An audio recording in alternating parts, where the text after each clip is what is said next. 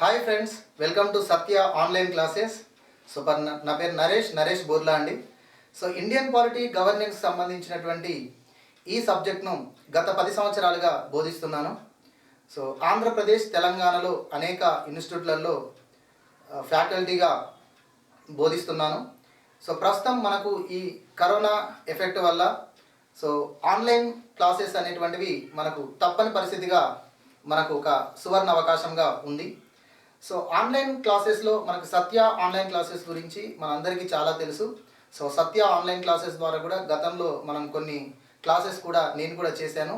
So సత్య online classes group 1 నుంచి మొదలుకొని మనకు పంచాయతీ సెక్రటరీ వరకు, గ్రూప్ 4 వరకు ఆల్ కాంపిటేటివ్ ఎగ్జామ్స్కు మంచి ప్రామాణికమైనటువంటి సబ్జెక్ట్ను అందిస్తుంది.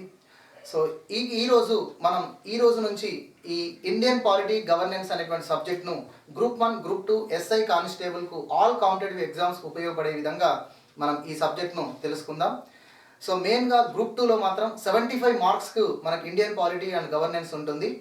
సో 75 మార్క్స్కు 70 మార్క్స్ అంటే 75 క్వశ్చన్స్కు 70 క్వశ్చన్స్ మీరు కరెక్ట్ చేసే విధంగా ప్రజెంట్ ట్రెండ్కి తగ్గట్టుగా ఇండియన్ పాలిటీ గవర్నెన్స్ అనేటువంటిది మీకు బోధిస్తాను.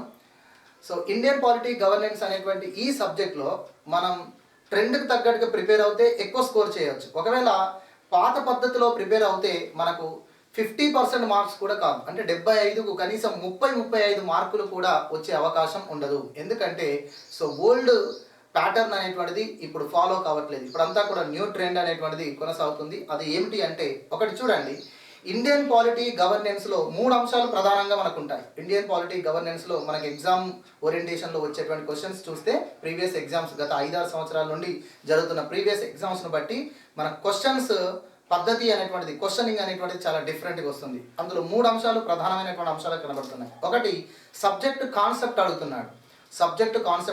ఉదాహరణకు పార్లమెంట్ అనేటువంటిది ఉందనుకోండి. సో ఇండియన్ పాలిటీలో పార్లమెంట్ గురించి మనకు పాత పద్ధతిలో అయితే పార్లమెంట్ అంటే భారత రాజ్యాంగంలో 5వ భాగంలో పార్లమెంట్ గురించి పేర్కొనబడి ఉంది. 79 నుంచి 122 మరియు 123వ ఆర్టికల్స్ పార్లమెంట్ నిర్మాణం గురించి తెలియజేస్తున్నాయి. పార్లమెంట్ అంటే 2 సభలు ఉన్నటువంటిది. ఒకటి ఎగువ సభ, మరొకటి దిగువ సభ. ఎగువ సభ రాజ్యసభ అంటాం, దిగువ సభ అంటే లోక్సభ అంటాం. ఈ రకంగా మనం చదువుకునే వాళ్ళం. కానీ ఈరోజు ఆ పద్ధతిలో మీరు చదువుకుంటే, ఆ సబ్జెక్ట్ ఆ అంశాలు మాత్రమే తెలుసుకొని ఉంటే ఎగ్జామ్లో మీరు సక్సెస్ కాలేరు. పాలిటీ నుంచి వచ్చేటువంటి క్వశ్చన్స్కు మీరు ఆన్సర్ చేయలేరు. ఎందుకంటే ప్రజెంట్ వచ్చేటువంటి క్వశ్చన్స్ అంతా కూడా కొత్త ట్రెండ్ ఫాలో అవుతున్నారు. అందులో 3 అంశాలని చెప్పాను కదా. ఫస్ట్, కాన్సెప్ట్ బేస్డ్ క్వశ్చన్స్ అనేటువంటివి అడుగుతున్నారు. Very very important. Concept based question. Concept అంటే ఏంటిది? ఇప్పుడు పార్లమెంట్ అంటే మనం గత పద్ధతి ఏంటో, పాత పద్ధతిలో మనం పార్లమెంట్ నిర్మాణం అంటే ఇలా ఉండేది, దాని గురించి ఎగ్జామ్లో వచ్చేది. ఇప్పుడు కొత్త ట్రెండ్ ప్రకారం కాన్సెప్ట్ అంటే ఏంటంటే పార్లమెంటరీ వ్యవస్థ యొక్క లక్షణాల గురించి అడుగుతున్నారు. ఈ క్రింది వాటిలో పార్లమెంటు వ్యవస్థలోని లక్షణం కానిదేమిటి? ఈ క్రింది వాటిలో పార్లమెంటు వ్యవస్థలో ప్రధానమైనటువంటి లక్షణం ఏమిటి? ఇలాంటి క్వశ్చన్స్ మనకు అడుగుతున్నారు. వాటినే మనం కాన్సెప్ట్ బేస్డ్ క్వశ్చన్ అని అంటాం. ఇక అనాలసిస్ క్వశ్చన్స్ అనేటువంటివి ఉంటున్నాయి. Concept based questions. రెండవది, అనాలసిస్ చేసి క్వశ్చన్స్ అడుగుతున్నారు, అంటే విశ్లేషణాత్మకంగా క్వశ్చన్స్ అనేటువంటివి అడుగుతున్నారు. ఓకేనా? విశ్లేషణాత్మకంగా క్వశ్చన్స్ అనేటువంటివి అడుగుతున్నారు. విశ్లేషణాత్మకమైనటువంటి క్వశ్చన్స్ అంటే ఏమిటి అంటే లాజికల్ క్వశ్చన్స్ అనేటువంటివి ఉంటాయి. సో లాజికల్ క్వశ్చన్స్ అంటే 2 స్టేట్మెంట్స్ ఇస్తాడు, 2 స్టేట్మెంట్స్ ఇస్తాడు. ఈ 2 స్టేట్మెంట్స్ గురించి కింద ఆప్షన్స్ ఇస్తాడు. ఓకేనా? ఒకటి ప్రతిపాదన అనేటువంటిది ఈ రకంగా ఉంటుంది. ఒకటి ప్రతిపాదన, ఒకటి నివేదిక లాగా ఉంటుంది. 2 అంశాలు ఉంటాయి. ఈ 2 స్టేట్మెంట్స్ని ఇచ్చి కింద ఆప్షన్స్లో ఏ మరియు ఆర్ 2 సరి అయినవి అనేది ఒకటి ఉంటుంది. ఏ మరియు ఆర్ 2 సరి అయినవి కాదు అని ఉంటుంది. మరొక ఆప్షన్ వచ్చేసి ఏ సరి అయినది కానీ ఆర్కు రిలేషన్ అనేటువంటిది లేదు, అనుబంధమైనది కాదు. ఏ సరి అయినది, ఆర్కు అనుబంధమైనది. ఈ రకంగా డిఫరెంట్ క్వశ్చన్స్ అనేటువంటివి, లాజికల్ క్వశ్చన్స్ అనేటువంటివి, అనాలిసిస్ బేస్డ్ క్వశ్చన్స్ అనేటువంటివి మనకు అడుగుతున్నారు. అది 2వ టైప్ క్వశ్చన్స్. తర్వాత ఇక 3వది వెరీ వెరీ ఇంపార్టెంట్, కరెంట్ ఇష్యూస్ను బేస్ చేసుకొని క్వశ్చన్స్ అడుగుతున్నారు. పాలిటీలో, ఇండియన్ పాలిటీ గవర్నెన్స్లో గ్రూప్ 2లో 75 క్వశ్చన్స్ మనకు అడిగితే ఇందులో 40 నుంచి 50 క్వశ్చన్స్ కరెంట్ పాలిటీ బేస్ చేసుకుని మన క్వశ్చన్స్ అడగబడతాయి. కరెంట్ ఇష్యూస్ను కలుపుకొని మనం పాలిటీ ఈరోజు చదవకపోతే అసలు మనం సక్సెస్ కాలేము, పాలిటీ నుంచి వచ్చే క్వశ్చన్స్కు మనం ఆన్సర్ చేయలేము. నేను ఇంతకుముందే చెప్పాను 75 మార్క్స్లో 30 మార్క్స్ రావడానికి కూడా 30 క్వశ్చన్స్ కరెక్ట్ ఆన్సర్ చేయడానికి కూడా వీలు ఉండదు. కాబట్టి కరెంట్ అఫైర్స్ అనేటువంటిది, కరెంట్ ఇష్యూస్ అనేటువంటివి ఇండియన్ పాలిటీ సబ్జెక్ట్లో ఎక్కువ రోల్ పోషిస్తున్నాయి, ఎక్కువ రోల్ను కలిగి ఉన్నాయి. సో ఎగ్జాంపుల్, మనకు ఈ మధ్య కాలంలో స్టేట్ ఎలక్షన్ కమిషనర్, ఆంధ్రప్రదేశ్లో స్టేట్ ఎలక్షన్ కమిషనర్ ఇష్యూ జరిగింది. స్టేట్ ఎలక్షన్ కమిషనర్కి సంబంధించినటువంటి రాజ్యాంగపరమైనటువంటి అంశాలను అడిగేటువంటి అవకాశం ఉంటుంది.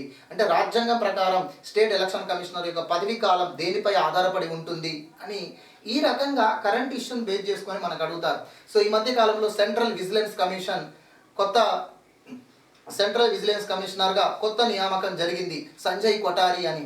అయితే సెంట్రల్ విజిలెన్స్ కమిషనర్గా సంజయ్ కొఠారి నియామకంలో ఒక పార్లమెంటరీ చట్టంలోని పద్ధతిని పాటించలేదు అని చెప్పేసి కాంగ్రెస్ అపోజిషన్ లీడర్ దాన్ని ప్రశ్నించడం జరిగింది. ఏంటిదంటే సెంట్రల్ విజిలెన్స్ కమిషనర్ను నియమించేది రాష్ట్రపతి అయినా ప్రధానమంత్రి నేతృత్వంలోని ఒక కమిటీ సూచన మేరకు నియమిస్తారు. ప్రధానమంత్రి నేతృత్వంలో కమిటీ సూచన మేరకు ప్రధానమంత్రి మరియు కేంద్ర హోంశాఖ మంత్రి మరియు లోక్సభ ప్రతిపక్ష నాయకులతో చేత ఒక కమిటీ ఉంటుంది, ఒక టీం అంటారు. సో ప్రధానమంత్రి నేతృత్వంలోని ఈ కమిటీ సూచన మేరకు రాష్ట్రపతి సెంట్రల్ విజిలెన్స్ కమిషనర్ మరియు విజిలెన్స్ కమిషనర్స్ను నియమించాలి. కానీ సంజయ్ కొఠారి నియామకంలో ఈ కమిటీ సూచన ఏమీ పాటించకుండా ప్రధానమంత్రి నేరుగా సిఫార్సు చేయడం, రాష్ట్రపతి దానికి ఆమోద ముద్ర వేయడం అనేటువంటిది కొంత క్వశ్చన్గా మనకు ఏర్పడింది. అలాంటి బేస్డ్ క్వశ్చన్స్ అనేటువంటివి మనకు అడిగే అవకాశం ఉంటుంది. ఇంకా ముఖ్యంగా చెప్పుకుంటే ఈరోజు సుప్రీంకోర్టు ఇచ్చేటువంటి తీర్పులు, వివిధ హైకోర్టులు ఇచ్చేటువంటి తీర్పులను బేస్ చేసుకొని మనకి ఎన్నో క్వశ్చన్స్ ఇండియన్ పాలిటీ గవర్నెన్స్లో మనకు అడుగుతున్నారు. సో అర్థమవుతుందా? సుప్రీంకోర్టుకి సంబంధించినటువంటి క్వశ్చన్స్ను బేస్ చేసుకొని సుప్రీంకోర్టు ఇచ్చినటువంటి తీర్పులు, వివిధ హైకోర్టులు ఇచ్చినటువంటి తీర్పులను బేస్ చేసుకొని మనకు number of questions Indian polity గవర్నెన్స్లో వస్తున్నాయి. కాబట్టి ఇండియన్ పాలిటీ గవర్నెన్స్ అనేటువంటి ఈ సబ్జెక్టు ట్రెండ్కి తగ్గట్టుగా ప్రిపేర్ అవుతే మనం ఎక్కువ స్కోరింగ్ చేసే సబ్జెక్ట్ అవుతుంది. ట్రెండ్కి తగ్గట్టుగా మనం ప్రిపరేషన్ లేకపోతే అసలు ఈ సబ్జెక్ట్ నుంచి అంతా తెలుసు అని అనుకుంటాం, కానీ తక్కువ మార్కులు మనం స్కోర్ చేసేటువంటి అవకాశం ఉంటుంది. కాబట్టి చూడండి, ఇండియన్ పాలిటీలో ఉన్నటువంటి టాపిక్స్ను నేను మీకు డిస్కస్ చేసేటప్పుడు ఏ టాపిక్ ఏ రోజైతే డిస్కస్ చేస్తున్నానో అంటే ఆ రోజు వరకు కరెంట్ ఇష్యూస్ కంపల్సరిగా మీకు తెలియజేయడం జరుగుతుంది. ఇక రెండవది ప్రీవియస్ క్వశ్చన్స్ బేస్ చేసుకొని ఒక టాపిక్ కంప్లీట్ అయితే ఆ టాపిక్ పైన ప్రీవియస్ క్వశ్చన్స్ ఏ విధంగా అడిగారు, సో 2018లో ఏ విధంగా అడగబడింది, 2017లో ఏ విధంగా అడగబడింది, 2016లో ఏ విధంగా అడగబడింది, 2014లో ఏ విధంగా అడిగారు, ఇలా ప్రీవియస్ ఎగ్జామ్స్ను బేస్ చేసుకొని all competitive exams, only group 2కి సంబంధించినటువంటి సబ్జెక్ట్గా మీకు చెప్పిన గ్రూప్ 1 ప్రిలిమ్స్లో దీనిపైన ఈ టాపిక్ పైన ఏమైనా క్వశ్చన్స్ వచ్చాయా, గ్రూప్ 2లో ఏపీలో కానీ తెలంగాణలో కానీ గ్రూప్ 2 ఎగ్జామ్లో ఈ టాపిక్ మీద ఏమైనా క్వశ్చన్స్ అడగబడ్డాయా, తర్వాత ఎస్ఐ కానిస్టేబుల్లో కూడా ఏమైనా క్వశ్చన్స్ ఈ టాపిక్ మీద అడగబడ్డాయా అని చెప్పేసి ఒక టాపిక్ కంప్లీట్ చేసినప్పుడు దాని నుంచి దాదాపుగా ప్రీవియస్ ఎగ్జామ్ క్వశ్చన్స్ అన్నీ కూడా మీకు అక్కడ ఎక్స్ప్లెయిన్ చేయడం జరుగుతుంది. ఎందుకంటే మనం ఎగ్జామ్ ఓరియంటేషన్లో మన ప్రిపరేషన్ అనేటువంటిది లేకపోతే మనం సబ్జెక్ట్ను 100% కంప్లీట్ చేసుకోనట్టే. సబ్జెక్టు ఏదో ఒక కథలాగా చదువుకుంటూ వెళ్తే బాగానే అనిపిస్తుంది, అంతా వచ్చింది అనుకుంటుంది. ఇండియన్ పాలిటీ అంటే ఏముందండి, మొత్తం మనకు తెలియని వ్యవస్థ ఏముంది, రాష్ట్రపతి, ఉపరాష్ట్రపతి, ప్రధానమంత్రి, మంత్రిమండలి, పార్లమెంటు, సుప్రీంకోర్టు, గవర్నరు, ముఖ్యమంత్రి, మంత్రిమండలి, హైకోర్టు, శాసనసభ, శాసనమండలి, ఇది స్థానిక ప్రభుత్వ సంస్థ, ఇదంతా కూడా మనకి జనరల్గా రెగ్యులర్గా మనకు న్యూస్ ద్వారా కానీ పేపర్ల ద్వారా కానీ మనకు అంతా తెలిసినటువంటిది, అంతా తెలుసు అనుకుంటాం. కానీ మనకు సబ్జెక్టు పాయింట్ ఆఫ్ వ్యూలో చూసినప్పుడు ఖచ్చితంగా ఎగ్జామ్లో క్వశ్చన్ అడిగినప్పుడు మనం ఆన్సర్ రాంగ్ చేసే అవకాశం ఉంటుంది. అర్థమవుతుందా? జనరల్గా ఆలోచిస్తే మనకు కరెక్ట్ ఆన్సర్ చేయలేము. జనరల్గా ఆలోచిస్తే పాలిటీ సబ్జెక్ట్లో మనకు అడిగిన క్వశ్చన్స్కు మనం కరెక్ట్ ఆన్సర్ చేయలేము. ఉదాహరణకు మీరు చూడండి, ఒక కేంద్ర మంత్రి ప్రీవియస్ ఎగ్జామ్లో అడిగినటువంటి క్వశ్చన్ 2017లో ఏపీపీఎస్సీ గ్రూప్ 2 ఎగ్జామ్లో అడిగినటువంటి క్వశ్చన్ అండి. ఈ క్వశ్చన్ చూడండి, ఎగ్జాంపుల్ చెప్తున్నాను. కేంద్ర మంత్రి ఈ క్రింది వారిలో ఎవరి ఇష్టత మేరకు పదవిలో కొనసాగుతారు అన్నారు. కేంద్ర మంత్రి ఈ క్రింది వారిలో ఎవరి సంతృప్తి, ఇష్టత అన్న ఒకటే, తర్వాత డాక్టర్ ఆఫ్ ప్లెజర్ అన్న ఒకటే. కేంద్ర మంత్రిగా ఉన్నటువంటి వ్యక్తి ఈ క్రింది వారిలో ఎవరి ఇష్టత మేరకు మంత్రి పదవిలో కొనసాగుతారు అని చెప్పేసి క్వశ్చన్ అడిగారు. అంటే ఉదాహరణకి ఇప్పుడు మనకు కేంద్ర మంత్రిగా నితిన్ గడ్కరీ ఉన్నాడు అనుకోండి. నితిన్ గడ్కరీ అనేటువంటి వ్యక్తి కేంద్ర మంత్రిగా ఎంతకాలం ఉండాలి అనేది, అతని మంత్రి పదవిలో ఎంతకాలం కొనసాగాలి అనేది ఎవరి ఇష్టత మేరకు ఆధారపడి ఉంటుంది అని చెప్పేసి క్వశ్చన్ అడిగారు అన్నట్టు. అట్లా దానికి ఆప్షన్స్ ఏముంటారు? ఏ రాష్ట్రపతి అంటాడు, బి ప్రధానమంత్రి అని అంటారు, సి పార్టీ అధ్యక్షులు అంటారు, డి లోక్సభ స్పీకర్ అని చెప్పేసి అంటారు. అప్పుడు కరెక్ట్ ఆన్సర్ ఏదవుతుంది? సో ఇన్ జనరల్గా అభ్యర్థులు ఆలోచించినట్లయితే ఒక వ్యక్తి కేంద్ర మంత్రి కావాలి అన్నా, కేంద్ర మంత్రిగా అతనికి ఏ శాఖ కేటాయించాలన్నా, అతను మంత్రి పదవిలో ఎంతకాలం కొనసాగించాలనేది ప్రధానమంత్రి యొక్క నిర్ణయంపై ఆధారపడి ఉంటుందని ఆప్షన్ ప్రధానమంత్రి చేస్తారు. కానీ ఆప్షన్ ప్రధానమంత్రి రాంగ్ అవుతుంది. ఎందుకంటే రాష్ట్రపతి ఇస్ ద కరెక్ట్ ఆన్సర్ అవుతుంది.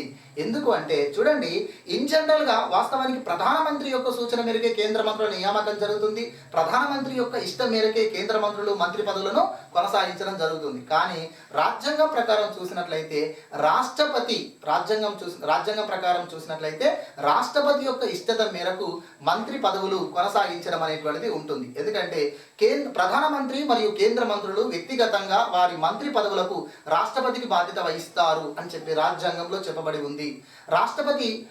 ప్రధానమంత్రి మంత్రుల యొక్క పదవీ కాలం ఎంత అంటే మనకి ఇక్కడ నిర్ణీత పదవీ కాలం రాజ్యాంగంలో ఏమీ చెప్పబడదు. ప్రధానమంత్రి కేంద్ర మంత్రుల యొక్క పదవీ కాలం రెండు అంశాలపై ఆధారపడి ఉంటుంది. ఒకటి రాష్ట్రపతి విశ్వాసం, రెండవది లోక్సభలో మెజారిటీ విశ్వాసము. ప్రధానమంత్రి కేంద్ర మంత్రి తమ మంత్రి పదవులకు రాష్ట్రపతి విశ్వాసంపై ఆధారపడి ఉంటారు. అంటే ప్రధానమంత్రిని పదవి నుండి తొలగించాలన్న రాష్ట్రపతికి అధికారం ఉంది, కేంద్ర మంత్రిని పదవి నుంచి తొలగించే అధికారం రాష్ట్రపతికి ఉంది. అయితే కేంద్ర మంత్రిని పదవి నుంచి తొలగించేటప్పుడు ప్రధానమంత్రి యొక్క సూచననే రాష్ట్రపతి పాటించాలి. సో తొలగించేది మాత్రం రాష్ట్రపతిదే. ప్రధానమంత్రి అయినా కేంద్ర మంత్రి అయినా వారి పదవుల నుండి తొలగించే అధికారం, వారిచే ప్రమాణ స్వీకారం చేయించే అధికారం, వారిని నియమించే అధికారం రాష్ట్రపతిదే. కాబట్టి రాష్ట్రపతి విశ్వాసం ఉన్నంత వరకు వాళ్ళు మంత్రులుగా తమ పదవులను కొనసాగిస్తారు. ఇక ప్రధానమంత్రి కేంద్ర మంత్రులను కేంద్ర మంత్రి మండలిగా పేర్కొంటాం. ఈ కేంద్ర మంత్రి మండలి సమిష్టిగా ఎంతకాలం పదవిలో కొనసాగాలి అనేది లోక్సభలో వారికి మెజారిటీ విశ్వాసం ఉన్నంత వరకు వాళ్ళు కొనసాగుతారు. కాబట్టి ఇలా ప్రధానమంత్రి కేంద్ర మంత్రి మండలి యొక్క పదవీ కాలం రాష్ట్రపతి విశ్వాసంపై మరియు లోక్సభ విశ్వాసంపై ఆధారపడి ఉంటుంది. రాష్ట్రపతికి ఏమో వ్యక్తిగతంగా బాధ్యత వహిస్తారు మంత్రి పదవుల రీత్యా, లోక్సభకేమో సమిష్టి బాధ్యత వహిస్తారు. ఈ సమిష్టి బాధ్యత సూత్రానికి సంబంధించినటువంటి క్వశ్చన్స్ కూడా మనకు ప్రీవియస్ ఎగ్జామ్లో అడిగారు. ఇలా ఒక టాపిక్ చెప్పినప్పుడు ప్రీవియస్ ఎగ్జామ్లో దీనిపై ఎలాంటి క్వశ్చన్స్ వచ్చాయని చెప్పేసి ఆ టాపిక్లోనే మీకు ఆ టాపిక్ వద్దనే టాపిక్ కంప్లీట్ చేసిన తర్వాత డిస్కస్ చేయడం జరుగుతుంది. అభ్యర్థులను ఏ విధంగా ఇబ్బందులు అంటే అభ్యర్థులకు డైలమా ఉండేటట్టుగా అభ్యర్థులు రాంగ్ ఆన్సర్ చేసే విధంగా క్వశ్చన్స్ ఎలా మార్చి ఇస్తున్నారు, క్వశ్చన్స్ను అభ్యర్థులు అర్థం చేసుకోకుండా ఏ విధంగా నష్టపోయే అవకాశం ఉంది అనేటువంటిది కూడా నేను వివరణాత్మకంగా మీకు తెలియజేస్తూ ప్రతి టాపిక్ను బోధించడం అనేటువంటిది జరుగుతుంది my dear friends. So Indian polity గవర్నెన్స్లో మనకు ఉన్నటువంటి టాపిక్స్ మనం చూస్తే ఏపీ వాళ్ళకైనా తెలంగాణ అభ్యర్థులకైనా టాపిక్స్ అంతా కూడా సేమ్గానే ఉంటుంది. సో ముఖ్యంగా అయితే కరెంట్ ఇష్యూస్ బేస్ చేసుకొని ఈ సబ్జెక్ట్ అనేటువంటిది మనం చదువుకోవాల్సి ఉంటుంది. ఇండియన్ పాలిటీలో వచ్చేసరికి మనం ఫస్ట్ టాపిక్ వచ్చేసి భారత రాజ్యాంగ చారిత్రక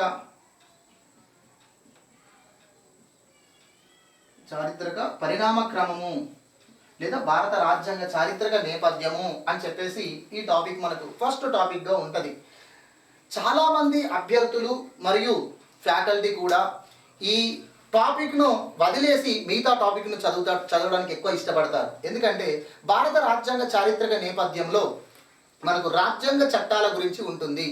అంటే బ్రిటిష్ వారి పరిపాలనా కాలంలో భారతదేశ పరిపాలన కోసం అనేక చట్టాలు చేశారు. వాటిని రాజ్యాంగ చట్టాలు అంటారు.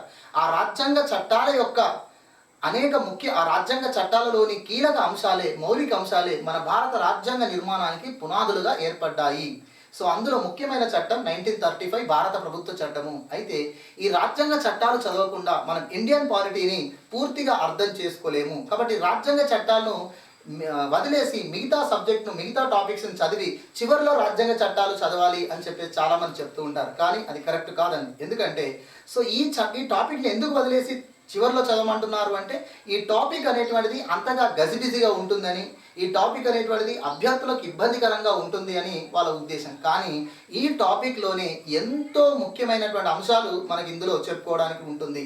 సో దీన్ని చారిత్రకమైనటువంటి అంశాలను జోడించి చదువుకున్నట్లయితే అద్భుతంగా ఈ టాపిక్ మనకు అర్థమవుతుంది. ఈ టాపిక్ అర్థమైంది అనుకోండి, మిగతా టాపిక్స్లో మనకు జనరల్ ఐడియా అనేటువంటిది వస్తుంది. ఉదాహరణకి ఇప్పుడు పార్లమెంటరీ వ్యవస్థ గురించి మనం చదివేటప్పుడు అప్పుడు 1919 చట్టం, 1935 చట్టం గురించి మనం చెప్పుకోవాల్సి ఉంటుంది. హైకోర్టు అనే టాపిక్ మనం స్టార్ట్ చేసేటప్పుడు అప్పుడు 1861 ఇండియన్ కౌన్సిల్ చట్టం గురించి చెప్పుకోవాల్సి ఉంటుంది. సుప్రీంకోర్టు అనే టాపిక్ చదివేటప్పుడు మనం 1773 రెగ్యులేటింగ్ చట్టం గురించి చెప్పుకోవాల్సి ఉంటుంది.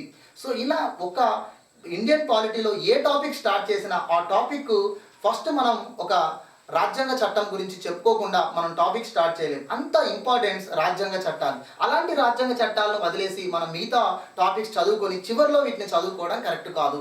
సో కాబట్టి రాజ్యాంగ చట్టాలను కూడా చాలామంది బోర్గా ఫీల్ అవుతారు అనుకుంటారు, కానీ వీటిని కరెక్ట్గా మనం బోధించినట్లయితే అభ్యర్థులకు సునాయాసంగా ఇది అర్థమవుతుంది. అర్థమయ్యే రీతిలో నేను చెప్తాను. ఇందులో ఎక్కువ అంశాలు దాగి ఉంటాయి. ఖచ్చితంగా చెప్పాలంటే ఇక్కడ నుంచి 2-3 క్వశ్చన్స్ డెఫినెట్గా మనకి ఈ టాపిక్ నుంచి వస్తాయి. ఇక చరిత్రకు సంబంధించిన కొన్ని అంశాలు కూడా ఇక్కడ చెప్పుకుంటాం కాబట్టి, నేషనల్ మూవ్మెంట్కి సంబంధించిన కొన్ని అంశాలు కూడా ఇందులో మేళవించుకొని చెప్తాం కాబట్టి, ఇండియన్ హిస్టరీలోని కొన్ని క్వశ్చన్స్ కూడా మీరు ఆన్సర్ చేసే విధంగా ఈ టాపిక్ అనేటువంటిది మీకు కవర్ చేస్తుంది. అంటే నాట్ ఓన్లీ ఇండియన్ పాలిటీ, హిస్టరీలో ఉన్నటువంటి క్వశ్చన్స్ కూడా, ఇండియన్ హిస్టరీలో ఉన్నటువంటి క్వశ్చన్స్ కూడా ఈ టాపిక్ ద్వారా మీకు ఆన్సర్ చేసేటువంటి అవకాశం ఉంటుంది. సో ఆ విధంగా మన ఫస్ట్ టాపిక్ భారత రాజ్యాంగ చారిత్రక నేపథ్యం లేదా రాజ్యాంగ చారిత్రక పరిణామ క్రమము అని చెప్పేసి ఉంటుంది. ఇందులో అనేక రాజ్యాంగ చట్టాలు వస్తాయి. 1773 రెగ్యులేటింగ్ చట్టం నుంచి మొదలుకొని 1947 భారత స్వాతంత్ర చట్టం వరకు మనం చెప్పుకుంటాం. ఓకేనా? సో ఒకసారి మనకు క్వశ్చన్ అడగబడింది ప్రీవియస్ ఎగ్జామ్లో. ఏ రకంగా క్వశ్చన్ అంటే, ఎప్పుడైనా ఈ చట్టంలోని కాని అంశం ఏమిటి, ఈ చట్టంలోని అంశాలు ఏంటి అనేటువంటిది మనకి ఎగ్జామ్లో క్వశ్చన్స్ అడిగేవారు. అది పాత పద్ధతి. సో రీసెంట్గా జరిగినటువంటి ఒక ఎగ్జామ్లో అడిగినటువంటి క్వశ్చన్ ఏమిటి అంటే, ఈ క్రింది చట్టాలలో భిన్నమైనది ఏమిటి అన్నాడు. ఈ క్రింది చట్టాలలో భిన్నమైనది ఏమిటి అన్నాడు. ఏ 1773 రెగ్యులేటింగ్ చట్టం, 1773 రెగ్యులేటింగ్ చట్టం. బి 1853 చార్టర్ చట్టం, 1853 చార్టర్ చట్టం. సి 1935 భారత ప్రభుత్వ చట్టం. డి 1947 భారత స్వాతంత్ర్య చట్టము అని ఇచ్చాడు. సో 4 ఆప్షన్స్ ఇచ్చాడు. 1773 రెగ్యులేటింగ్ చట్టం, 1853 చార్టర్ చట్టం, 1935 భారత ప్రభుత్వ చట్టం, 1947 భారత స్వాతంత్ర్య చట్టం అని ఇచ్చాడు. ఇలా ఈ 4 ఆప్షన్స్ ఇచ్చాడు. ఈ క్రింది చట్టాలలో భిన్నమైనది ఏది అంటాడు. చూడండి, ఇప్పుడు వాటికి సంబంధించిన బ్యాక్గ్రౌండ్ మనకు పూర్తిగా తెలియకపోతే ఆ చట్టాలలో భిన్నమైనది ఏంటో మనం చెప్పలేము. అందులో కరెక్ట్ ఆన్సర్ 1947 భారత స్వాతంత్ర్య చట్టం. ఎందుకు 1947 భారత స్వాతంత్ర్య చట్టం ముఖ్యమైనది అంటే, మిగతా 3 చట్టాలు పరిపాలన చట్టాలు. 1773 రెగ్యులేటింగ్ చట్టం కానీ, 1853 చార్టర్ చట్టం కానీ, 1935 భారత ప్రభుత్వ చట్టం కానీ, ఈ 3 చట్టాలు కూడా పరిపాలన చట్టాలు. 1947 భారత స్వాతంత్ర చట్టం పరిపాలన చట్టం కాదు. అది పరిపాలన అంశాలను తెలియజేసే చట్టం కాదు. అది భారతదేశానికి స్వాతంత్ర్యం ఇవ్వడం కోసం చేసిన చట్టం, అధికార మార్పిడి కోసం చేసిన చట్టం. అందులో పరిపాలన అంశాలు ఉండవు కాబట్టి అది భిన్నమైన చట్టం. చూడండి ఎలాంటి క్వశ్చన్స్ మనకు అడుగుతున్నారు. కాబట్టి రాజ్యాంగ చట్టాలు అనేటువంటిది మనకు చాలా ఇంపార్టెంట్ టాపిక్, చాలా అద్భుతమైనటువంటి టాపిక్. ఈ టాపిక్ నుంచే మనం సిలబస్ అనేటువంటిది స్టార్ట్ చేయడం అనేటువంటిది ఉంటుంది. తర్వాత ఇక భారత రాజ్యాంగ పరిషత్ మరియు రాజ్యాంగ నిర్మాణం అనేటువంటిది సెకండ్ టాపిక్గా మనం డిస్కస్ చేస్తాం. సో రాజ్యాంగ పరిషత్ ఏర్పాటు ఏ విధంగా జరిగింది, సో దీన్ని మనం ఇంగ్లీష్లో కాన్స్టిట్యూయెంట్ అసెంబ్లీ అంటారు. సో భారత రాజ్యాంగ పరిషత్ ఏర్పాటులో కీలకమైనటువంటి కమిటీలు ఏమిటి, కీలకమైనటువంటి కమిషన్స్ ఏమిటి, రాజ్యాంగ పరిషత్తులో ఏ వర్గాలకు ఏ రకమైన ప్రాతినిధ్యం ఉంది, భారత రాజ్యాంగ పరిషత్ మనకు రీసెంట్గా ఒక ఎగ్జామ్లో అడిగారు. మనకు తెలంగాణలో జరిగినటువంటి హైకోర్టుకు సంబంధించి మన తెలంగాణ రాష్ట్రంలో జరిగినటువంటి ఈ జిల్లా కోర్టులలో జూనియర్ అసిస్టెంట్ పోస్టులకు సంబంధించిన ఎగ్జామ్లో ఒక క్వశ్చన్ అడిగారు. ఏమడిగారు అంటే, భారతదేశంలో రాజ్యాంగ పరిషత్ ఏర్పాటు యొక్క ప్రతిపాదన చేసిన మొదటి వ్యక్తి ఎవరు? భారతదేశంలో రాజ్యాంగ పరిషత్ యొక్క ఏర్పాటు భారతదేశంలో రాజ్యాంగ పరిషత్ ఏర్పాటు యొక్క ప్రతిపాదన చేసిన మొదటి వ్యక్తి ఎవరు అన్నారు. A Mahatma Gandhi, B Netaji Subhash Chandrabose, C M N Roy, ఓకేనా, ఎంఎన్ రాయ్, డి నెహ్రూ అని చెప్పేసి ఈ రకంగా ఆప్షన్స్ ఇచ్చారు. So correct answer M N Roy. Manavendranath Roy అనేటువంటి వ్యక్తి భారతదేశంలో మొదటిసారిగా భారత రాజ్యాంగం అనేది రాజ్యాంగ పరిషత్ ద్వారా జరగాలి అని 1934లో పేర్కొనడం జరిగింది. ఈ రకంగా మనకు ఈ టాపిక్ నుంచి కూడా ప్రీవియస్ ఎగ్జామ్స్లో మన క్వశ్చన్స్ అనేటువంటివి వస్తున్నాయి. ఇక తర్వాత నెక్స్ట్ టాపిక్ భారత రాజ్యాంగ ముఖ్య లక్షణాలు. భారత రాజ్యాంగ ముఖ్య లక్షణాలు. So silent features of Indian constitution అని చెప్పేసి భారత రాజ్యాంగం యొక్క ప్రధాన లక్షణాల గురించి ఇందులో మనం తెలుసుకుంటాం. సో భారత రాజ్యాంగం అతిపెద్ద లిఖిత రాజ్యాంగం అని, భారత రాజ్యాంగం అదృఢ రాజ్యాంగం అని, భారత రాజ్యాంగం అనేటువంటిది పార్లమెంటరీ వ్యవస్థ కలిగినటువంటిదని, భారత రాజ్యాంగం సమాఖ్య లక్షణాలు కలిగినటువంటిదని, ఇలా అనేక అంశాలను ఇందులో మనం తెలుసుకుంటాం. అంటే భారత రాజ్యాంగం యొక్క ప్రధాన లక్షణాల యొక్క కాన్సెప్ట్ పాయింట్స్ అనేటువంటివి ఇందులో మనకు వస్తాయి. ఓకేనా?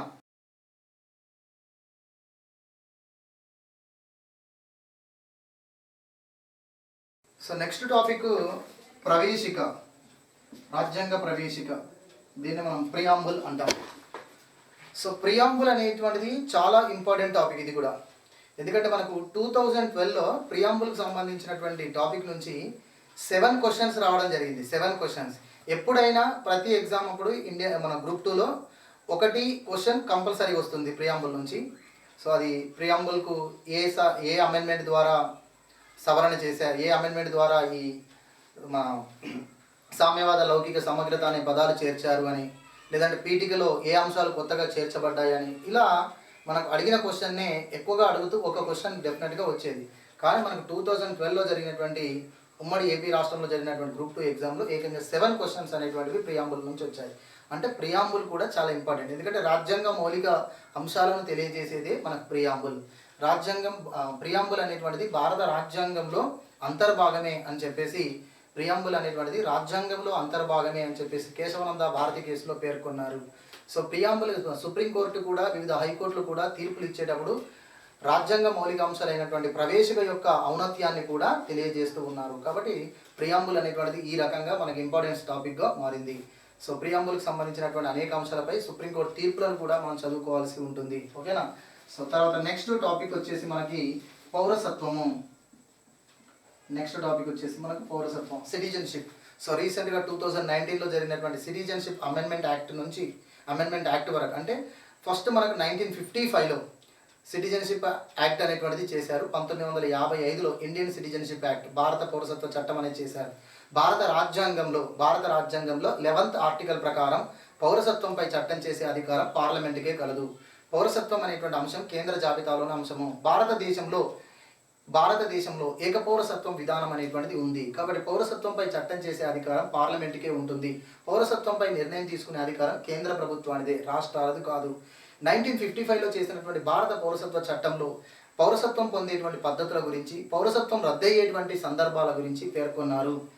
ఆ భారత పౌరసత్వ చట్టం 1955కి అనేక సార్లు అమెండ్మెంట్ చేసుకుంటూ వచ్చారు. రీసెంట్గా 2019లో జరిగినటువంటి అమెండ్మెంట్ వరకు మనకు అనేక అంశాలను ఇందులో మనం డిస్కస్ చేయడం జరుగుతుంది. 2019లో సిటిజన్షిప్ అమెండ్మెంట్ యాక్ట్ అనేటువంటిది ఎందుకు ఇష్యూ అయింది, సిటిజన్షిప్ అమెండ్మెంట్ యాక్ట్లో ఏ సెక్షన్స్ అనేటువంటివి సవరించారు, ఏ సెక్షన్స్ అనేవి కొత్తగా యాడ్ చేశారు, సో ఎన్ఆర్సీ అంటే ఏమిటి, ఇవన్నీ కూడా మనం ఇందులో ఎన్పిఆర్ అంటే ఏంటిది ఇందులో మనం తెలుసుకోవడం అనేటువంటిది జరుగుతుంది. ఓకే? సో పౌరసత్వం అనేటువంటి టాపిక్. తర్వాత 6th వన్, రాజ్యాంగం లేదా ఇండియన్ పాలిటీలోని ఇంపార్టెంట్ టాపిక్, ఎక్కువ క్వశ్చన్స్ వచ్చేటువంటి అవకాశం ఉన్నటువంటి టాపిక్ మనకు ఫండమెంటల్ రైట్స్, ప్రాథమిక హక్కులు. ఇక ప్రాథమిక హక్కులు అనేటువంటిది ఎంత ఇన్డెప్త్గా చదవాలి అంటే అసలు ఈ ప్రాథమిక హక్కులు కంప్లీట్ అవ్వడానికి మనకు ప్రాథమిక హక్కులు చెప్పడానికి 10 to 12 అవర్స్ పడుతుంది. 10 నుంచి 12 గంటలు, ఇంకా అంతకంటే ఎక్కువ పట్టవచ్చు ప్రాథమిక హక్కుల గురించి.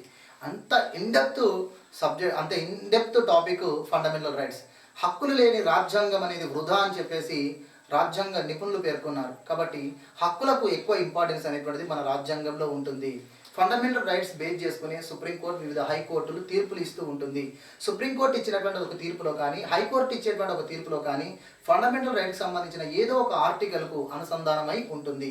సో కాబట్టి ప్రాథమిక హక్కులు అనేటువంటిది చాలా ఇంపార్టెంట్ టాపిక్. ఈ టాపిక్ నుంచి మనకు ఎక్కువ క్వశ్చన్స్ అనేటువంటివి ఇండియన్ పాలిటీలో ఎక్కువ క్వశ్చన్స్ ఈ టాపిక్ నుంచే వస్తాయి. సో ఈ టాపిక్స్ను కూడా మనం కరెంట్ ఇష్యూస్ని బేస్ చేసుకొని మనం చదువుకుంటాం. మనం చదువుతుంటాం. ఓకేనా? అంటే ఏదైనా ఒక సుప్రీంకోర్టుకి సంబంధించిన తీర్పులో మనం చూస్తాం. ఉదాహరణకు ఇప్పుడు వ్యక్తి గోప్యత హక్కు అని చెప్పేసి ఒకటి అడిగారు. మనకు వ్యక్తి గోప్యత హక్కుకు సంబంధించింది ఆధార్ కార్డుకు సంబంధించినటువంటి ఇష్యూగా మనకు వ్యక్తి గోప్యత హక్కు అనేది ప్రాధాన్యత సంతరించుకుంది. రైట్ టు ప్రైవసీ అని చెప్పేసి మనం దాన్ని పేర్కొంటాం. సో అదే రకంగా సమాచార హక్కుకు సంబంధించినటువంటిది. ఓకేనా. సో ఈ రకంగా ప్రతిదీ కూడా ప్రాథమిక హక్కులకు సంబంధించినటువంటి అంశంతో మనకు ఉంటుంది. తర్వాత నెక్స్ట్ వన్ మరొక టాపిక్ ఆదేశిక సూత్రాలు. సో డైరెక్టివ్ ప్రిన్సిపల్స్ అని చెప్పేసి అంటారు. సో ఆదేశిక సూత్రాలు ప్రాథమిక హక్కులు రెండూ కూడా రాజ్యాంగం యొక్క మౌలిక స్వరూపము అని చెప్పబడి ఉంది. అంటే ప్రాథమిక హక్కులు ఆధిక్యత కలిగి ఉన్నాయా, ఆదేశిక సూత్రాలు ఆధిక్యత కలిగి ఉన్నాయా అంటే ప్రారంభంలో ప్రాథమిక హక్కులే ఎక్కువ ఆధిక్యత కలిగి ఉన్నాయని సర్వోన్నత న్యాయస్థానమైన సుప్రీంకోర్టు పేర్కొంటూ వచ్చింది. కానీ 1980లో మినర్వా మిల్స్ కేసు నుండి ప్రాథమిక హక్కులు ఆదేశిక సూత్రాలు రెండింటి మధ్య సమన్వయమే మన రాజ్యాంగ మౌలిక తత్వం తెలియజేస్తుంది అని చెప్పారు. ఎందుకంటే వ్యక్తి యొక్క హక్కు, వ్యక్తికి ప్రాధాన్యత కల్పించేవి హక్కులు, వ్యక్తి కోసం ఉన్నవి హక్కులు, రాజ్యం నిర్వర్తించాల్సిన విధులు, సమాజం కోసం ఉన్నటువంటి విధులే ఆదేశిక సూత్రాలు. వ్యక్తి కోసం హక్కులు ఉంటే సమాజం కోసం ఆదేశిక సూత్రాలు ఉన్నాయి. అయితే సమాజము వ్యక్తి రెండూ కూడా అవినాభావ సంబంధం. సమాజం లేకుండా వ్యక్తి మనుగడ అనేటువంటిది ఉండదు. కాబట్టి సమాజ సంక్షేమానికి సంబంధించినటువంటి విధానాలు సక్రమంగా అమలైన రోజునే వ్యక్తి రాజ్యాంగం కల్పించినటువంటి హక్కులను సంపూర్ణంగా పొందగలుగుతారు. కాబట్టి ఆదేశిక సూత్రాలు ప్రాథమిక హక్కుల మధ్య సమన్వయమే మన రాజ్యాంగ మౌలిక తత్వము. ఆదేశిక సూత్రాలు ప్రాథమిక హక్కులు రెండూ కూడా ఇంపార్టెన్సే అని చెప్పేసి మినర్వా మిల్స్ కేసులో సుప్రీంకోర్టు 1980లో పేర్కొనడం జరిగింది. ఓకేనా. ఈరోజు అనేక ఆదేశిక సూత్రాల్లో పేర్కొన్నటువంటివి ప్రాథమిక హక్కులుగా మారుతున్నాయి. ఉదాహరణకు విద్యా హక్కు 45 ఆర్టికల్లో విద్యా హక్కు అనేటువంటిది మనకు ఆదేశిక సూత్రాల్లో ఉండేది. రైట్ టు ఎడ్యుకేషన్ అనేది గవర్నమెంట్ కల్పించాల్సిన విధిగా ఉండేది. అయితే రైట్ టు ఎడ్యుకేషన్ అనేటువంటిది వ్యక్తి జీవించే హక్కులో అంతర్భాగం. వ్యక్తి సంపూర్ణంగా స్వేచ్ఛగా హుందాగా జీవించాలి అంటే కనీస విద్యా సౌకర్యాలు పొందాలి. కాబట్టి విద్యా హక్కు అనేటువంటిది ప్రాథమిక హక్కు లాంటిదే అని సుప్రీంకోర్టు పేర్కొనడంతో మనకు సుప్రీంకోర్టు ఇందులో 2 కేసులలో మనకు పేర్కొంది.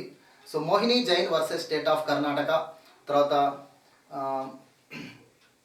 ఆంధ్రప్రదేశ్ సంబంధించినటువంటి ఒక కేసులో 2 కేసులలో సుప్రీంకోర్టు మనకు ప్రాథమిక హక్కు అనేది జీవించే హక్కులో అంతర్భాగము అని చెప్పేసి పేర్కొనడం జరిగింది.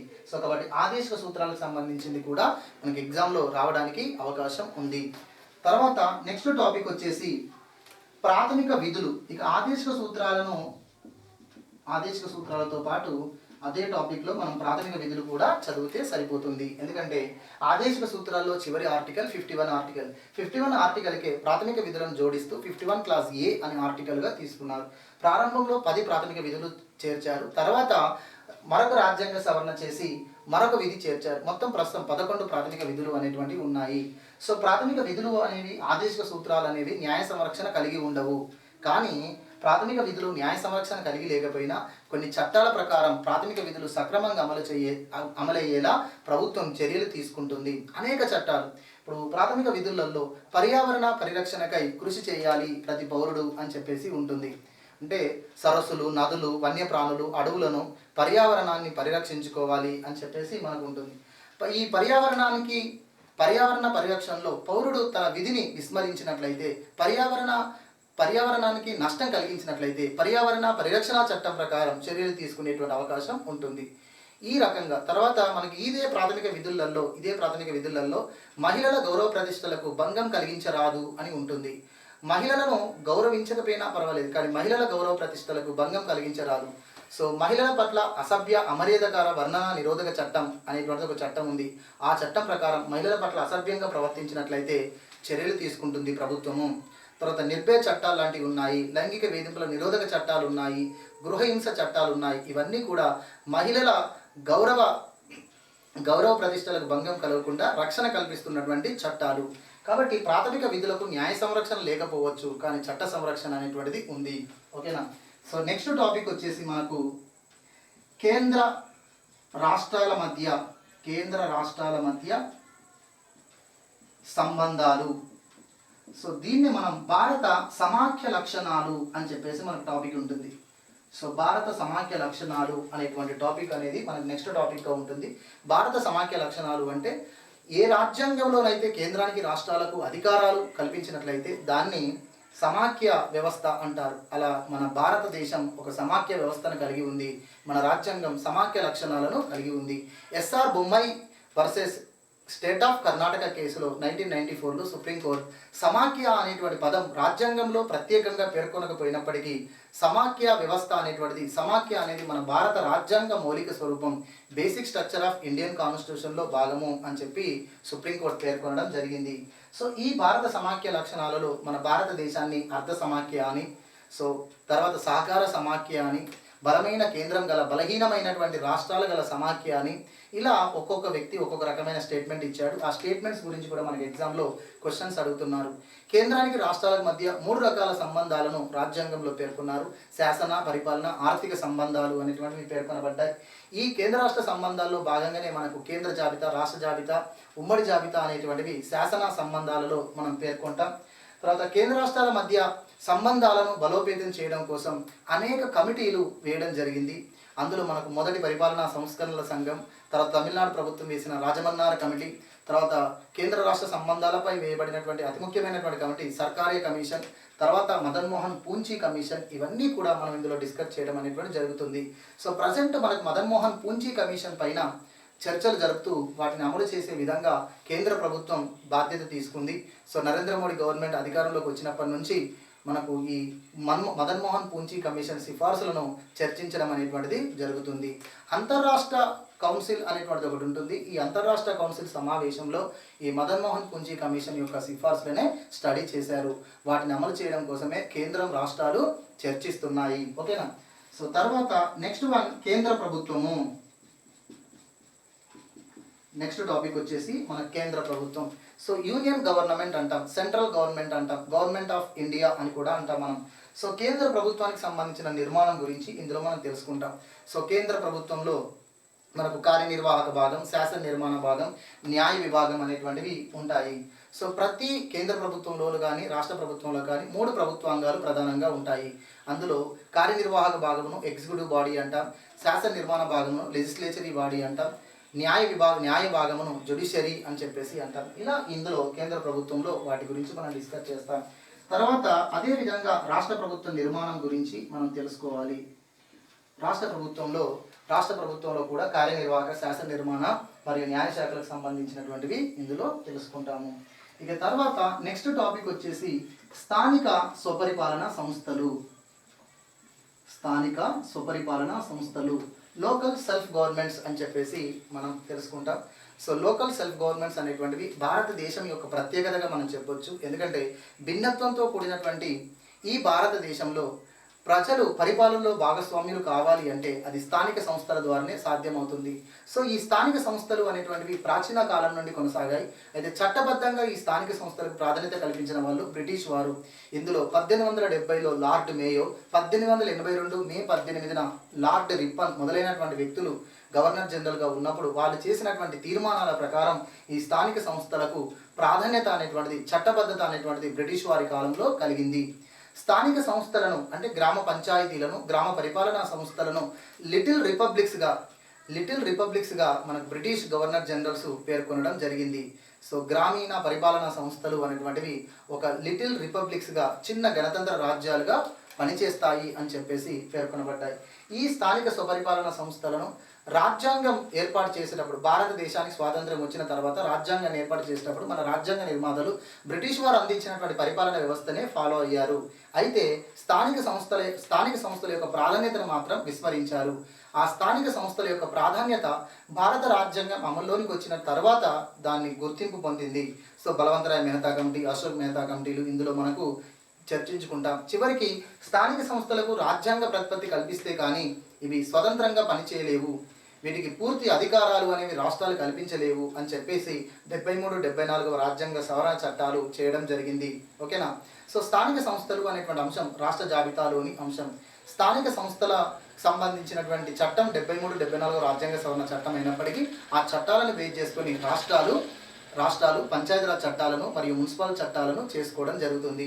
మన స్టేట్ ఎలక్షన్ కమిషనర్కి సంబంధించినటువంటి వివాదంలో కూడా హైకోర్టు దీన్నే ప్రశ్నించింది. అంటే ఏపీ పంచాయతీరాజ్ చట్టంలో ఉన్నటువంటి సెక్షన్ 200ను సవరించి ఏపీ స్టేట్ ఎలక్షన్ కమిషనర్ యొక్క పదవి కాలాన్ని 3 సంవత్సరాలకు తగ్గించారు. కానీ ఏపీ స్టేట్ ఎలక్షన్ కమిషనర్కి సంబంధించిన పదవి కాలానికి సంబంధించినటువంటి గురించి మరియు స్టేట్ ఎలక్షన్ కమిషనర్కి సంబంధించినటువంటి అర్హతల గురించి, స్టేట్ ఎలక్షన్ కమిషనర్కి సంబంధించిన సర్వీస్ నిబంధనల గురించి ఏపీ పంచాయతీరాజ్ చట్టంలోనే కాదు, ఏపీ మున్సిపల్ చట్టంలో కూడా ఉంటుంది. ఒక పంచాయతీరాజ్ చట్టాన్ని సవరించి మున్సిపల్ చట్టాన్ని సవరించకపోవడానికి అర్థం ఏంటి అంటే, నిమ్మగడ్డ రమేష్ కుమార్ గారి యొక్క పదవి కాలం పూర్తయింది కేవలం ఏపీ పంచాయతీరాజ్ చట్టం ప్రకారమే. ఏపీ మున్సిపల్ చట్టాన్ని అమెండ్మెంట్ చేయలేదు. కాబట్టి అతను ఏపీ మున్సిపల్ ఎన్నికలకు అతను స్టేట్ ఎలక్షన్ కమిషనర్గా పనిచేయడానికి అర్హుడేనా అని స్టేట్ గవర్నమెంట్ను సూటిగా ప్రశ్నించింది. అర్థమవుతుందా? కాబట్టి ఇలా ఎన్నో కరెంట్ ఇష్యూస్ అనేటువంటివి కూడా మనం డిస్కస్ చేయడం అనేది జరుగుతుంది. సో నెక్స్ట్ వన్ సంక్షేమ యంత్రాంగం. స్థానిక సుపరిపాలన సంస్థల తర్వాత సంక్షేమ యంత్రాంగం, వెల్ఫేర్ మెకానిజం. సో ఈ సంక్షేమ యంత్రాంగంలో మనకు అనేక జాతీయ మరియు రాష్ట్ర సంస్థల గురించి మనం తెలుసుకుంటాం. కొన్ని చట్టబద్ధమైన సంస్థలు, కొన్ని రాజ్యాంగపరమైన సంస్థలు ఉన్నాయి.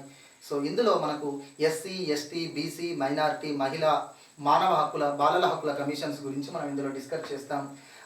ఇవన్నీ కూడా చట్టబద్ధమైన సంస్థలే. అయితే ఇందులో 3 మాత్రమే రాజ్యాంగపరమైన సంస్థలుగా ఉన్నాయి. అవేమిటంటే జాతీయ ఎస్సీ కమిషన్, జాతీయ ఎస్టీ కమిషన్ మరియు జాతీయ బీసీ కమిషన్. ఈ 3 కమిషన్లు మాత్రమే రాజ్యాంగపరమైనటువంటి కమిషన్గా రాజ్యాంగం ప్రకారం అధికారాలు కలిగి ఉన్నాయి. మిగతా కమిషన్స్ అన్నీ కూడా జాతీయ మైనారిటీ కానీ, జాతీయ మానవ హక్కుల కమిషన్ కానీ, జాతీయ మహిళా కమిషన్ కానీ, జాతీయ బాలల హక్కుల పరిరక్షణ కమిషన్స్ కానీ మరియు రాష్ట్రపరమైనటువంటి కమిషన్స్ అన్నీ కూడా చట్టబద్ధమైనటువంటి సంస్థలే. ఒక జాతీయ ఎస్సీ, ఎస్టీ, బీసీ కమిషన్లు మాత్రమే రాజ్యాంగపరమైన సంస్థలు. సో ఇక్కడ రాజ్యాంగంలో ఆ కమిషన్స్ గురించి మాత్రమే కాకుండా ఈ ఇండియన్ పాలిటీలో ఆ కమిషన్స్ యొక్క నిర్మాణం, ఆ కమిషన్స్కు చైర్మన్గా ఎవరు పనిచేస్తారు, ప్రస్తుత చైర్మన్ ఎవరు, ఆ అంశాలనే కాకుండా అసలు రాజ్యాంగం ప్రకారం ఎస్సీ, ఎస్టీలకు, బీసీలకు, మైనారిటీలకు, మహిళల యొక్క హక్కుల గురించి రాజ్యాంగంలో ఏ విధంగా పేర్కొనబడి ఉన్నాయి, పార్లమెంటు ఏ విధమైన చట్టాలు చేశాయి, కేంద్ర ప్రభుత్వాలు, రాష్ట్ర ప్రభుత్వాలు ఏ విధమైనటువంటి పథకాలు ప్రవేశపెట్టాయి అనేటువంటి అంశాలను కూడా దృష్టిలో పెట్టుకొని ఈ సంక్షేమ యంత్రాంగంను మనం చదవాల్సి ఉంటుంది. సో 2011లో జరిగినటువంటి గ్రూప్ 2 ఎగ్జామ్లో మనకు సింపుల్గా సంక్షేమానికి సంబంధించిన అన్ని కమిషన్స్ గురించి చదువుకొని అభ్యర్థులు వెళితే వాడు మెయిన్ దాన్ని ఏమంటారంటే మెయిన్ కాన్సెప్ట్కి సంబంధించిన క్వశ్చన్ అడిగాడు. అసలు వెల్ఫేర్ మెకానిజం అనేటువంటిది ఏ దేశంలో మొదటిసారిగా ప్రాధాన్యతను సంతరించుకుంది అని. సో చూడండి, SC commission, ST commission, BC commission నుంచి మొదలుకొని అన్ని కమిషన్కి సంబంధించిన నిర్మాణము, వాటి యొక్క మొదటి చైర్మన్, ప్రస్తుత చైర్మన్ అన్నీ చదువుకొని వెళ్ళారు. కానీ తీరా ఎగ్జామ్లో ఈ సంక్షేమ యంత్రాంగం నుంచి అడిగినటువంటి క్వశ్చన్ ఏంటి అంటే, అసలు వెల్ఫేర్ మెకానిజం అనేటువంటిది ఏ దేశంలో మొదటిసారిగా ప్రాధాన్యతను సంతరించుకుంది అన్నారు. అది ఇంగ్లాండ్ అండి. ఓకేనా? సో కాబట్టి ఇలాంటి కొన్ని క్వశ్చన్స్ కూడా మనం పూర్తిగా చదువుకోవాల్సి ఉంటుంది. ఇది సంక్షేమ యంత్రాంగము. తర్వాత ఇక 13వది, భారతదేశంలో బహుళ రాజకీయ పార్టీ వ్యవస్థ అనేటువంటిది ఉంది. కొన్ని దేశాలలో ఏకపార్టీ వ్యవస్థ ఉంటుంది, కొన్ని దేశాలలో ద్విపార్టీ వ్యవస్థ ఉంటుంది, కొన్ని దేశాలలో బహుళ పార్టీ వ్యవస్థ ఉంటుంది. ఉదాహరణకు చైనాలో ఏకపార్టీ వ్యవస్థ ఉంది, అమెరికాలో ద్విపార్టీ వ్యవస్థ ఉంది, భారతదేశం, ఫ్రాన్స్ లాంటి దేశాలలో బహుళ రాజకీయ పార్టీ వ్యవస్థ అనేటువంటిది ఉంటుంది. కాబట్టి ఇక్కడ భారతదేశం యొక్క పార్లమెంటరీ తరహా ప్రభుత్వంలో రాజకీయ పార్టీలే చాలా కీలకమైనవి. కాబట్టి రాజకీయ పార్టీ వ్యవస్థ గురించి, ఎన్నికల గురించి, ఎన్నికల సంస్కరణల గురించి ఈ టాపిక్ నందు మనకి ఇవ్వడం జరిగింది. ఈ టాపిక్ను మనం డిస్కస్ చేయాల్సి ఉంటుంది. ఓకేనా? ఇక తర్వాత నెక్స్ట్ రాజ్యాంగపరమైనటువంటి సంస్థలు.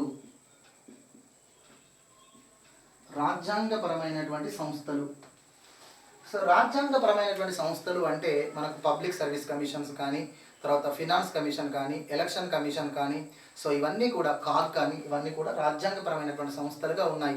ఈ రాజ్యాంగపరమైన సంస్థల గురించి మనం పూర్తిగా తెలుసుకోవాలి. తర్వాత చట్టబద్ధమైన సంస్థలు.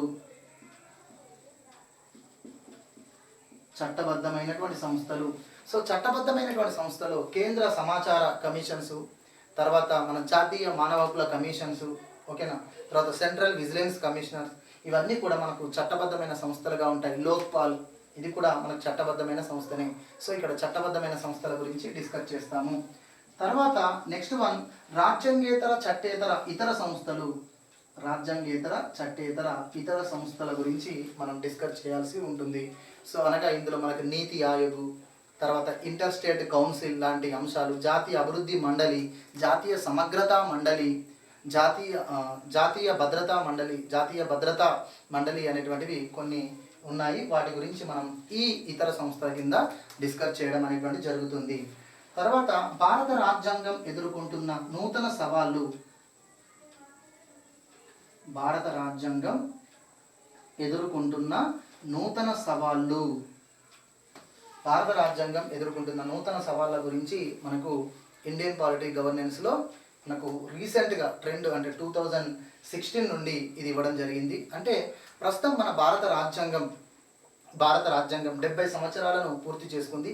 ఈ 70 సంవత్సరాలలో అనేక సవరణలకు గురైంది, అనేక సార్లు సవరణలకు గురైంది. ప్రస్తుతం ఇప్పటికీ మనం 103 సార్లు రాజ్యాంగాన్ని సవరించుకున్నాం.